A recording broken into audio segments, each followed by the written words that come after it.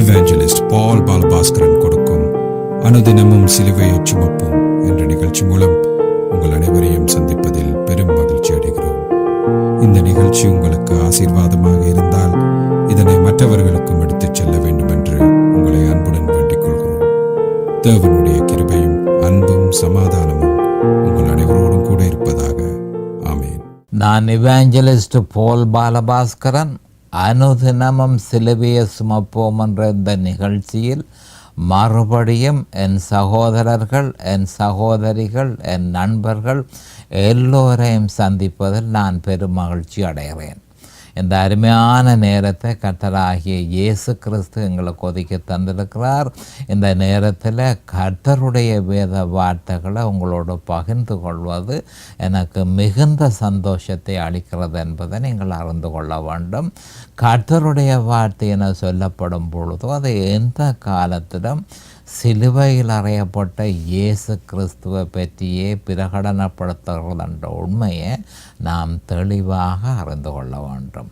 கர்த்தருடைய வார்த்தை என சொல்லப்படும் பொழுதோ அந்த வார்த்தை சிலுவையில் அறையப்பட்ட இயேசு கிறிஸ்துவை பற்றியது என்பதை நாம் தெளிவாக அறிந்து அதனை விசுவாசித்து அதனை அடிக்கடி தியானம் பண்ணி அதை முழுதுமாக நம்முடைய இருதயத்தில் உறுதியாக நாட்டி வைத்திருக்க வேண்டியவர்களாக இருக்கிறோம். இப்பொழுது நாம் நேரடியாக வேத வார்த்தைக்கு போவோம். ரோமர் 6:11. அப்படியே நீங்களும் உங்களை பாவத்திற்கு மரித்தவர்களாகவும் நம்முடைய கர்த்தராகிய இயேசு கிறிஸ்துவுக்குள் தேவனுக்கென்று பிழைத்திருக்கிறவர்களாகவும் எண்ணிக்கொள்ளுங்கள். மறுபடியும் வாசிக்கிறேன். அவ்வளவு மிக முக்கியமான ஒரு வேத வார்த்தை இது. அப்படியே நீங்களும் உங்களை பாவத்திற்கு மரித்தவர்களாகவும் நம்முடைய கர்த்தராகிய இயேசு கிறிஸ்துவுக்குள் தேவனுக்கென்று பிழைத்திருக்கிறவர்களாகவும் எண்ணிக்கொள்ளுங்கள். இப்போ என்ன சொல்லப்பட்டிருக்கிறது என்று சொன்னால் கவனமாக கேட்டுக்கொள்ளுங்கள். இந்த வேத வார்த்தைக்கு ரோமர் 6:11க்கு நான் தெரிந்து கொண்ட தலையங்கம் கிறிஸ்துவின் சிலுவையில் விசுவாசம். மிக முக்கியமானதொன்று கிறிஸ்துவின் சிலுவையில் எப்படி நாம் விசுவாசிக்க வேணும். எண்ணிக்கொள்ளுங்கள், அடிக்கடி எண்ணிக்கொள்ளுங்கள் என்ற அந்த வார்த்தை மிக முக்கியமான ஒரு வார்த்தை என்பதை நாம் அறிந்து கொள்ள வேண்டும். இப்பொழுது நாம் ஜெபத்திற்கு கடந்து செல்வோம். அருமையானங்கள் பிதாவே உமக்கு ஸ்தோத்திரம். பரலோகத்தின் தேவனே உமக்கு ஸ்தோத்திரம். உம்முடைய குமாரன் இயேசு கிறிஸ்துவை பலியாக சிலுவையில் ஒப்பு கொடுத்து அவருடைய விலையேறப்பெற்ற இரத்தத்தினால் தேவரே நீர் எங்களை எல்லோரையும் மீட்டு கொண்டதற்காக உமக்கு நன்றிக்கும் ஸ்தோத்திரம் பிதாவே. காலதோறும் உம்முடைய கிருபைகள் புதியவைகளாக இருப்பதற்காக ஸ்தோத்திரம். கிருபையினாலும் இரக்கங்களினாலும் தேவரின் நிறங்களை முடிசூட்டினதற்காக மக்கண்டண்டைக்கும் சோத்திரம். உம்முடைய உண்மைகள் புதியவைகளாக இருப்பதற்காக மக்கண்டண்டைக்கும் சோத்திரம். நாங்கள் நிர்மூலமாகாமல் இருப்பது உம்முடைய கிருபையே, அதற்காக அண்டண்டைக்கும் சோத்திரம். இந்த நேரத்தில் இதனை கேட்டுக்கொண்டிருக்கும் என் சகோதர சகோதரிகள் நண்பர்கள் எல்லோரையும் தேவரீர் ஆசீர்வதித்து அபிஷேகித்து உம்முடைய வேத வார்த்தைகள் அறிந்து கொள்ளக்கூடிய பாக்கியத்தை அவர்களுக்கு கொடுத்தருள வேணுமென்றும் அதே நேரம் அடியேனையும் அபிஷேகித்து உம்முடைய வார்த்தைகளை நிதானமான முறையில் போதிக்கத்தக்கதாக உம்முடைய பரிசுத்த ஆவியானவர் தாமே முன்னின்று போதனையை செய்ய வேணுமென்று கர்த்தராகிய இயேசு கிறிஸ்துவின் நாமத்தினால் கேட்டுக்கொள்கிறேன் பிதாவே. ஆமேன் அண்ட் ஆமேன் அண்ட் ஆமேன். மறுபடியும் இந்த ரோமர் 6:11 மிக முக்கியமான ஒரு வசனம். இது ஒவ்வொருவருடைய இருதயத்தின் லூக்கா 9:23 மாதிரி ரோமர் 6:11 மிக முக்கியமான ஒரு வசனம். அதை அடிக்கடி நாம் எண்ணிக்கொள்ள வேணும் என்று சொல்லி தேவன் எதிர்பார்க்கிறார். அப்படியே நீங்களும் உங்களை பாவத்திற்கு மரித்தவர்களாகவும் நம்முடைய கர்த்தராகிய இயேசு கிறிஸ்துவுக்குள் தேவனுக்கென்று பிழைத்திருக்கிறவர்களாகவும் எண்ணிக்கொள்ளுங்கள். ஒரு விசுவாசி முதலாவதாக தான் பாவத்துக்கு மரித்திருக்கிறதை எண்ணிக்கொள்ள வேண்டும். மறுபடியும் சொல்லுகிறேன், முதலாவதாக ஒரு விசுவாசி தான் பாவத்துக்கு, எந்த பாவத்துக்கு? ஆதாமனுடைய பாவம் தனக்குள்ளுக்குள் வந்திருக்கிறபடியால் அந்த பாவத்துக்கு இயேசு கிறிஸ்து ஏற்றுக்கொண்டவுடன் தான் அந்த பாவத்துக்கு மரித்திருக்கிறதாக எண்ணிக்கொள்ள வேண்டும். அடுத்ததாக இரண்டாவதாக கர்த்தராகிய இயேசு கிறிஸ்துவுக்குள் தேவனுக்கென்று பிழைத்திருக்கிறவர்களாகவும் எண்ணிக்கொள்ள வேண்டும். மிக முக்கியமான ஒரு விஷயம். அப்படி செய்வதற்கு ஏதுவாக ரட்சிக்கப்பட்டவுடன் தனக்கு என்ன நடந்தது, அதுதான் மிக முக்கியமானது. நான் இயேசு கிறிஸ்துவை சொந்த இரட்சகராக ஏற்றுக்கொண்ட பொழுது எனக்கு என்ன நடந்தது என்பதனை நான் அறிந்து கொள்ள வேண்டும். ஒவ்வொரு கிறிஸ்தவனும் அதனை அறிந்து கொள்ள வேண்டும். இந்த அறிவு அவன் விசுவாசத்தில் பலப்பட நிச்சயமாக உதவும். அடுத்ததாக கவனமாக கேளுங்கள். இப்படி இருக்க விசுவாசிகளாகிய நாம் விசுவாசத்தின் மூலம் பாவத்துக்கு மரித்து, அந்த பாவத்துக்கு மரித்து அதிலிருந்து பூரண விடுதலையை பெற்றிருக்கிறோம் என்பதனையும் ரோமர் 6:3-5 படி, ஆனபடியால் பாவ சுபாவம் நம்மை ஆளுக செய்ய முடியாது என்பதனையும், அந்த பாவத்துக்கு நாம் விசுவாசத்தின் மூலம் மரித்திருக்கிறபடியால் அதற்கு நாம் கீழ்ப்படிய வேண்டியதில்லை என்பதனையும், அதிலிருந்து நாம் விடுதலையாக்கப்பட்டிருக்கிறபடியால் ரட்சிக்கப்பட முன்பிருந்த தாறும் மாறான வாழ்க்கைக்கு அதை நம்ம வழிநடத்த முடியாது என்பதனையும், நம்முடைய இருதயத்தில் நாம் ரட்சிக்கப்படும் பொழுது தெய்வீக சுபாவம் நாட்டப்பட்டிருக்கிறபடியால் நமக்கு தேவனுடைய சித்தத்தை அறிவதற்கு விருப்பமும் அதனை செய்வதற்கு வல்லமையையும் கொடுக்கப்பட்டிருக்கிறது என்பதனையும் நாம் அறிந்திருக்க வேண்டும். அப்போ ரட்சிக்கப்பட்ட பொழுது இவ்வளவு விஷயம் நடந்தது என்பதை ஒவ்வொரு கிறிஸ்தவனும் அறிந்திருக்க வேண்டும். அதை கொஞ்சம் மேலாக பார்ப்போம். மிக முக்கியமான ஒரு விஷயம் என்ன மாதிரி என்றால், நான் ரட்சிக்கப்பட்ட பொழுது எனக்கு இப்படி நடந்தது. முதலாவதாக பாவம் நம்மை ஆளுகை செய்ய இயேசு கிறிஸ்துவை நான் ஏற்றுக்கொண்டபடியினால் நான் பாவ சுபாவத்துக்கு மரித்திருக்கிறேன். ஆனபடியால் பாவ சுபாவம் என்னை ஆளுகை செய்ய முடியாது. நான் அதற்கு கீழ்ப்படிய வேண்டியதில்லை. அதிலிருந்து நான் விடுதலையாக்கப்பட்டிருக்கிறேன். நான் முந்தின தாறுமாறான வாழ்க்கைக்கு அதை என்னை வழி நடத்த முடியாது. நான் என்னுடைய இருதயத்தில் தெய்வீக சுபாவம் நாட்டப்பட்டிருக்கிறது என்றும், அது எனக்கு தேவையான வல்லமையும் தேவனை அறிவதற்கு விருப்பமும் அதனை நடைமுறைப்படுத்துவதற்கு தேவையான வல்லமையும் நமக்கு தருகிறது என்பதையும் நாம் அறிந்திருக்க வேண்டும்.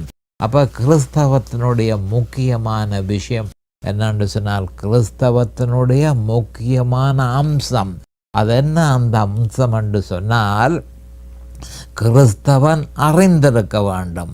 அதைத்தான் தேவன் எதிர்பார்க்கிறார். நீ என்னை அறிந்திருக்க வேணும். என்ன நடந்தது?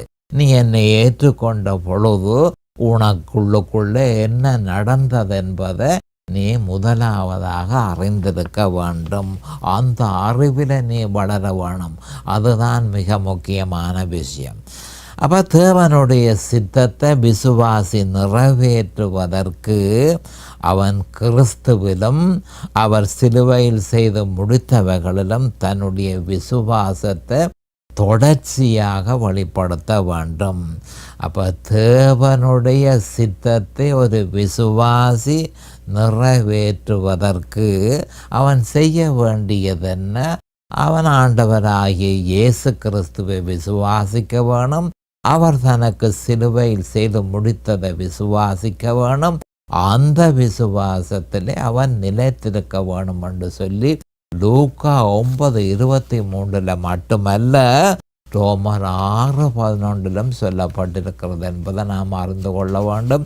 லூக்கா 9:23 ஒருவன் என் பின்னே வர விரும்பினால் அவன் தன்னைத்தான் வெறுத்து தன் சிலுவையை அனுதினமும் எடுத்துக்கொண்டு என்னை பின்பற்ற கடவன் என்று லூக்கா 9:23 சொல்லப்பட்டிருக்கு. அப்படி ரோமர் 6:11 என்ன சொல்லப்பட்டிருக்கின்றால், அப்படியே நீங்களும் உங்களை பாவத்திற்கு மரித்தவர்களாகவும் நம்முடைய கர்த்தராகிய இயேசு கிறிஸ்துவுக்குள் தேவனுக்கென்று பிழைத்திருக்கிறவர்களாகவும் எண்ணிக்கொள்ளுங்கள். அப்போ தேவனுடைய சித்தத்தை நிறைவேற்ற வேண்டுமா இருந்தால் லூக்கா 9:23 ரோமர் 6:11 உறுதியாக கடைப்பிடிக்க வேண்டும். அப்பொழுது பரிசுத்த ஆவியானவருக்கு நம்முடைய இருதயத்திலும் நம்முடைய வாழ்க்கையிலும் செயற்படுவதற்கு போதிய அதிகாரம் கொடுக்கப்பட்டிருக்கிறபடியால் நமக்கு விருப்பமான பிரதிபலன்களை அவரால் கொண்டு வர முடியும். நமக்கு அவசியமான பிரதிபலன்களை அவரால் கொண்டு வர முடியும். ரோமர் 8:1-2 8:11 இது பற்றி தெளிவாக சொல்லப்பட்டிருக்கிறது. ரட்சிப்பின் நிமித்தம் நம்மில் நாட்டப்பட்ட அந்த திவ்ய சுபாவம் டிவைன் நேச்சர் அந்த ரட்சிப்பின் நிமித்தம் நம்முடைய இருதயத்தில் அந்த தெய்வீக சுபாவம் நாட்டப்பட்டிருக்கிறது. அப்போ தெய்வீக சுபாவத்துக்கு இன்னொரு பேர் திவ்ய சுபாவம். அப்போ அந்த திவ்ய சுபாவம் நம்மில் நாட்டப்பட்ட படியால் நம்முடைய ஜீவனுக்கும் தேவ பக்திக்கும் வேண்டிய யாவற்றையும் நமக்கு தந்திருக்கிறது என்பதை நாம் அறிந்து கொள்ள வேண்டும். அப்போ இதை பற்றி 2 பேதுரு 1:3-4 சொல்லப்பட்டிருக்கிறத நாம் தெளிவாக அறிந்து கொள்ள வேண்டும். 2 பேதுரு 1:3-4. அப்போ தம்முடைய மகிமையினாலும் காருண்யத்தினாலும் நம்மை அழைத்தவரை அறிகிற அறிவினாலே ஜீவனுக்கும் தேவ பக்திக்கும் யாவற்றையும் அவருடைய திவ்ய வல்லமையானது நமக்கு தந்தருளினது அன்றி, கவனமாக கேட்டுக்கொள்ளுங்கள், இச்சையினாலே உலகத்தில் உண்டான கேட்டுக்கு தப்பி திவ்ய சுபாவத்துக்கு பங்குள்ளவர்களாகும் பொருட்டு மகா மேன்மையும் அருமையான வாக்கு தத்தங்களும் அவைகளினாலே நமக்கு அளிக்கப்பட்டிருக்கிறது என்று சொல்லப்பட்டிருக்கிறது. அப்போ இவ்வாறாக விசுவாசி தேவனுக்கென்று பிழைத்திருக்கிறான். ஆகவே ரட்சிக்கப்பட்ட ஒரு விசுவாசி தனக்குள் தேவன் செய்திருக்கிறதை கவனமாக கேட்டுக்கொள்ளுங்கள். அப்போ ரட்சிக்கப்பட்ட ஒரு விசுவாசி அறிந்து கொள்ள வேண்டும். அப்போ தேவன் எனக்கு என்ன செய்திருக்கிறார், அவன் வாழ்நாள் முழுக்க அந்த விசுவாசி அறிய வேண்டியவனாக இருக்கிறான். அப்போ கர்த்தராகிய ஆண்டவர் எனக்காக சிலுவைக்கு போனாரே, எனக்காக சிலுவையில் போய் மரித்து பலியாக தன்னை ஒப்பு கொடுத்து தன்னுடைய இரத்தத்தை சிந்தி என் பாவத்திலிருந்து எனக்கு விடுதலை தந்தாரே, அதை பற்றி நான் அறிய வேணும். அப்போ அவர் என்ன எனக்கு செய்திருக்கிறார், சிலுவையிலே அவர் எனக்கு என்ன செய்திருக்கிறார் என்பதை அவன் அறியாவிட்டால், விசுவாசி அறியாவிட்டால், அதை அவன் எண்ணிக்கொள்ளாவிட்டால், அதை அவன் விசுவாசியாவிட்டால், அப்போ 3 விஷயம் சொல்லப்பட்டிருக்க. முதலாவதாக அறிய வேணும், 2வதாக எண்ணிக்கொள்ள வேணும், 3வதாக விசுவாசிக்க வேணும்.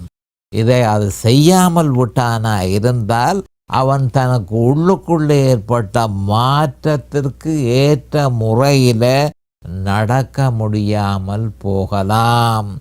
இதுவே அநேகமான கிறிஸ்தவர்களின் வேதனைக்குரிய நிலைப்பாடாகும் என்பதை நாம் அறிந்து கொள்ள வேண்டும்.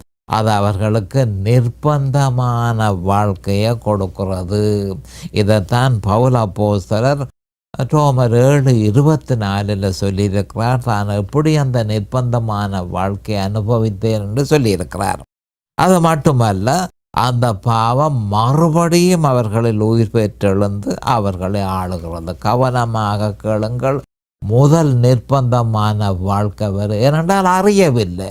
தனக்கு உள்ளுக்குள்ளே ஏற்பட்ட மாற்றத்திற்கேற்ப நடக்க வேண்டியவனாக ஒரு விசுவாசி இருக்கிறான். அப்படி ஏன் நடக்க முடியாமல் போனது? அவன் அறியவில்லை, அவன் எண்ணிக்கொள்ளவில்லை, அவன் விசுவாசிக்கவில்லை. இதன் நிமித்தம் அவன் நிர்பந்தமான வாழ்க்கையை அவன் சந்திக்கிறான். கவனமாக கேட்டுக்கொள்ளுங்கள். என்ன மாதிரி என்றால், நிர்பந்தமான வாழ்க்கை எப்படி ஏற்படுகிறது என்று சொன்னால், பாவ சுபாவம் மறுபடியும் அவனில் உயிர் பெற்று எழுகிறது. பாவ சுபாவம் மறுபடியும் உயிர் பெற்று எழுந்து அவனை ஆளுகிறது. விசுவாசி ஆளுகிறது என்பதை நாம் அறிந்து கொள்ள வேண்டும். அப்போ விசுவாசி தனக்குள் ஏற்பட்ட உள்ளான மாற்றத்தை அறிந்திருப்பானாகில், கவனமாக கேட்டுக்கொள்ளுங்கள், நான் இயேசு கிறிஸ்துவை ஏற்றுக்கொண்டேன். அப்படி நான் இயேசு கிறிஸ்துவை ஏற்றுக்கொண்டதனாலே எனக்கு உள்ளுக்குள்ளே ஏற்பட்ட மாற்றம் என்ன? அப்போ அந்த மாற்றத்தை நான் அறிய வேண்டியவனாக இருக்கிறேன். ஏனென்று சொன்னால், நான் தொடர்ந்து பரிசுத்தப்பட வேணுமாயிருந்தால் எனக்கு நடந்ததை நான் அறிய வேணும். அப்படி ஒருவன் அறிந்திருப்பானாகில், ஒரு விசுவாசி தனக்கு உள்ளுக்குள்ளே ஏற்பட்ட மாற்றத்தை அறிந்திருப்பானாகில், ஜெயம் கொண்ட கிறிஸ்தவ வாழ்க்கையை அவனால் வாழ முடியும் என்பதை நாம் தெளிவாக அறிந்து கொள்ள வேண்டும். ஆயினும் கவனமாக கேட்டுக்கொள்ளுங்கள், இப்பூவுலகத்தில் அவன் வாழும் தனையும் எக்கால சத்தம் கேட்கும் தனையும் 1 கொரிந்தியர் 15:50-54 பாவமற்ற பூரணத்துவம் அவனுக்கு இல்லை என்பதை அவன் தெளிவாக அறிந்திருக்க வேண்டும். அப்போ என்ன மாதிரி என்று சொன்னால், உள்ளான மாற்றத்தை அவன் அறிந்து, அவன் அடிக்கடி அதனை அறிந்து அடிக்கடி விசுவாசித்து கொண்டிருக்கும் பொழுதும் அவன் அறிந்து கொள்ள வேண்டிய உண்மை என்னவென்றால், தனக்கு பாவமில்லாத பாவமற்ற பூரணத்துவம் இந்த பூலோகத்தில் இல்லை. ஆனபடியால் ஒருவேளை பாவத்தை செய்ய வேண்டிய அவசரம் இல்லை. ஆனால் பல்வேறு விதமான வற்புறுத்தலின் நிமித்தம் அவன் பாவத்தை செய்யக்கூடிய சந்தர்ப்பம் நிச்சயமாக உண்டு. பாவமற்ற பூரணத்துவம் இந்த பூலோகத்தில் அவன் வாழும் தனையும் அவனுக்கு இல்லை என்பதையும் அவன் தெளிவாக அறிந்திருக்க வேண்டும். ஏனென்றால் சாத்தான் கடன் வசூலிப்பவன் போல அடிக்கடி வந்து கடன் இன்னும் செலுத்தப்படவில்லை என்று சொல்லுவான். இது அடிக்கடி விசுவாசிகளுக்கு நடக்கும். இன்னும் நீ கடனை செலுத்தவில்லை, நீ உன்னுடைய கடனை செலுத்தவில்லை என்று சொல்லி சாத்தான் அடிக்கடி வருவான் என்பதை கிறிஸ்தவர்கள் அறிந்து கொள்ள வேண்டும். அவன் சகோதரனை இடவிடாமல் குற்றப்படுத்துபவன் என்று வெளி 12:10 சொல்லப்பட்டிருக்கிறது. இங்கே நாம் அறிந்திருக்க வேண்டிய பாரிய உண்மை என்னவென்றால், யோவான் 19:30 இது முடிந்தது. அப்போ சிலுவையில் நம்முடைய ஆண்டவராகிய இயேசு கிறிஸ்து தெளிவாக இது முடிந்தது என்று சிலுவையில் பிரகடனப்படுத்தி இருக்கிறார். அப்போ அவர் சொல்லுகிறது என்ன என்று சொல்லி நாம் அறிந்து கொள்ள வேண்டும். அப்போ அவரை இது முடிந்தது. அப்போ அதென்ன இது முடிந்தது என்று சொன்னால், மனுஷரே கடன்கள் முழுக்க உங்களுடைய கடன்கள், உங்களுடைய பாவத்தின் கடன்கள் எல்லாம் முற்று முழுதுமாக செலுத்தப்பட்டு விட்டது. சாத்தான் வந்து நீங்கள் இன்னும் கடன் செலுத்தவில்லை என்று சொல்லுவானா இருந்தால், எல்லாம் முடிந்தது என்று ஆண்டவராகிய இயேசு கிறிஸ்து சிலுவையில் சொல்லி இருக்கிறத நாம் நினைவு கூற வேண்டியதுதான் நாம் செய்ய வேண்டியது.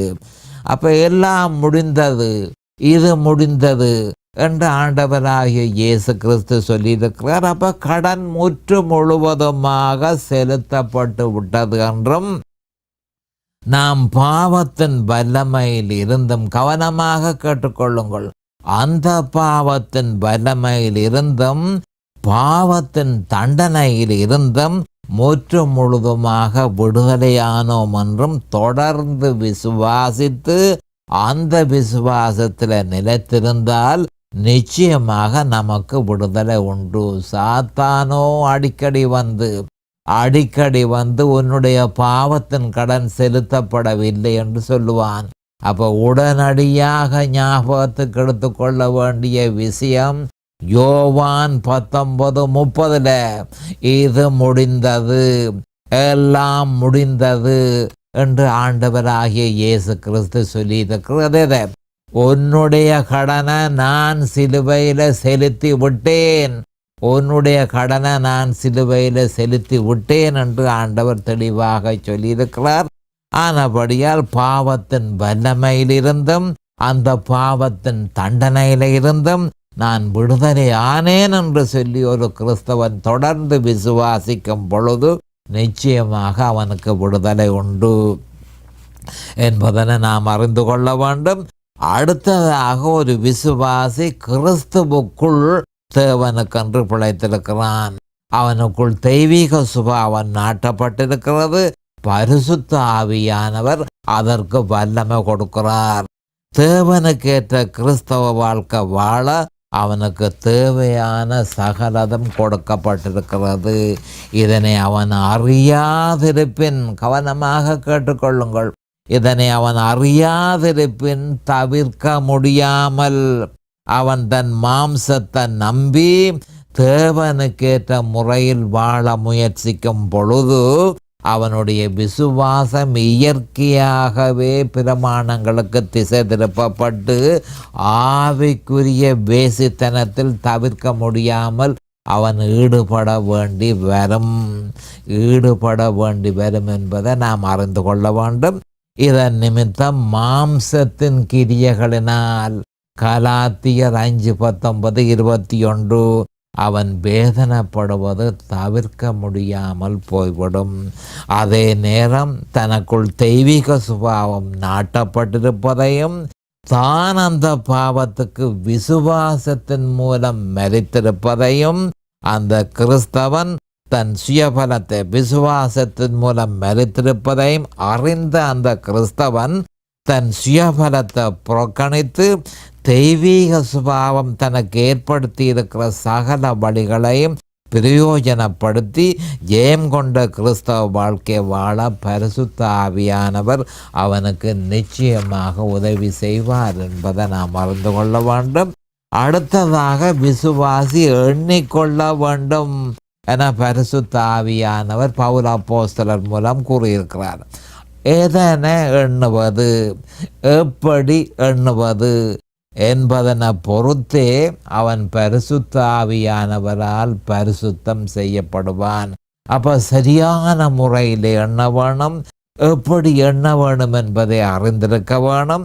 அதனை பொறுத்தே பரிசுத்த ஆவியானவர் பரிசுத்தத்தை செய்வார் என்பதை நாம் அறிந்து கொள்ள வேண்டும்.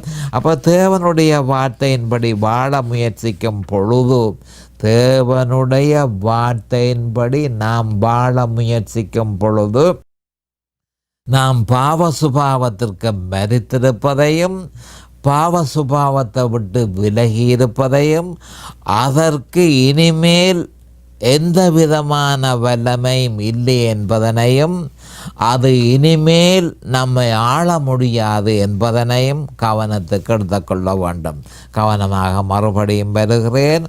அப்போ தேவனுடைய வார்த்தையின்படி நாம் வாழ முயற்சிக்கும் பொழுது நாம் பாவ சுபாவத்துக்கு மரித்திருப்பதையும் பாவ சுபாவத்தை விட்டு விலகி இருப்பதையும் பாவ சுபாவத்திற்கு இனிமேல் எவ்விதமான வல்லமையும் இல்லை என்பதனையும் பாவ சுபாவத்துக்கு இனிமேல் நம்மை ஆள முடியாது என்பதனையும் நாம் கவனத்துக்கு எடுத்துக்கொள்ள வேண்டும் என பரிசுத்தவான்களுக்கு பவுல் அப்போஸ்தலர் புத்திமதியாக சொல்லியிருக்கிறார்.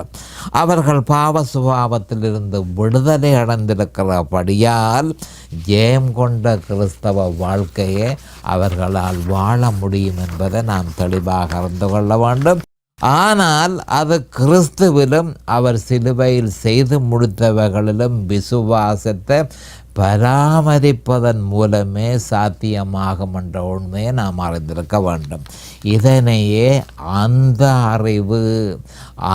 அறிவு என்று சொல்லுகிறோம். அந்த அறிவு ரோமர் 6ஆம் அதிகாரத்தில் பவுல் அப்போஸ்தலர் மூலம் உபதேசமாக வருகிறது. அந்த அறிவு விசுவாசத்தை பலப்படுத்துகிறது. அப்போ விசுவாசத்தை பலப்படுத்துகிறதுக்கு அந்த அறிவு முக்கியம்.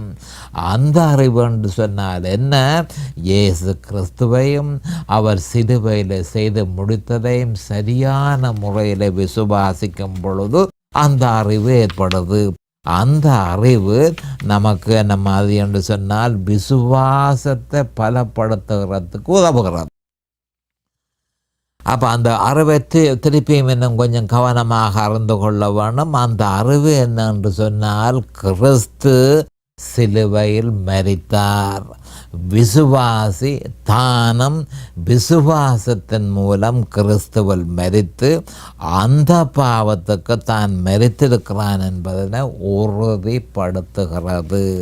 அப்படியே அவன் தொடர்ந்து அந்த பாவத்துக்கு மரித்திருப்பதற்கு தன்னைத்தான் வெறுத்து தன் சிலுவையை அனுதினமும் எடுத்துக்கொண்டு கிறிஸ்துவை பின்தொடர வேண்டும். இது பற்றி லூக்கா 9:23-24 பின்பு அவர் எல்லாரையும் நோக்கி, ஒருவன் என் பின்னே வர விரும்பினால் அவன் தன்னைத்தான் வெறுத்து தன் சிலுவையை அனுதினமும் எடுத்துக்கொண்டு என்னை பின்பற்ற கடவன். தன் ஜீவனை ரட்சிக்க விரும்புகிறவன் அதை இழந்து போவான். என் நிமித்தமாக தன் ஜீவனை இழந்து போகிறவன் அதை ரட்சித்து கொள்ளுவான் என்று சொல்லப்பட்டிருக்கிறது. இதனை அந்த விசுவாசி செய்ய வேண்டும். இந்த லூக்கா 9:23-24 விசுவாசி தெளிவாக அறிந்து அதனை தொடர்ச்சியாக கடைப்பிடிக்க வேண்டும்.